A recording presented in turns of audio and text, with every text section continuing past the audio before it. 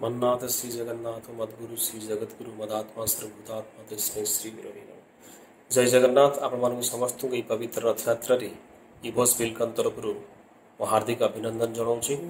आपने समस्त खुशी रुहतु, आनंद रुहतु। परम पिता को धरी आज ये पवित्र दिन में महाप्रभु स्वयं तंकर सान भौणी और बड़ भाई को धरी माउसी माँ घर को बाहर जी पोड़पिठा खायापी गोटे महा आनंदर दिन एवं महाप्रभु स्वयं परमपिता दारु ब्रह्म रूप विराजमान से आमको यही दिग्दर्शन दौरान हाथ ना से कहते मत झाबुड़ी धर एवं पाद ना से कहते मो पाक तुम पाद निजे निजे मो पाक छुटी आस कहीं परमपिता सब संतान संतति को सब भल पाती आम भूली जाऊ दुखरे मन पकाऊ कि से सब आमको भल पाते चाह रही था केतबले आम पाखक जीवु।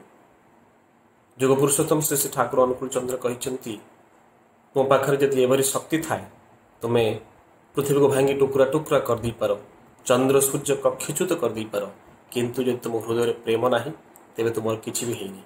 तेणु महाप्रभु से दिग्दर्शन आमको दौरान कि से भल पाइबा को आम समस्त भर बांटा एवं love without loving activity towards beloved is Sam Shri Shri Thakur अनुकूल चंद्र सेज आम जदि लविंग एक्टिविटी ना आमर बिलव्ड प्रति आम जहाँ भल पाऊँ प्रति आम लविंग एक्टिविटी ना ताल आम खाली छलना करुँ।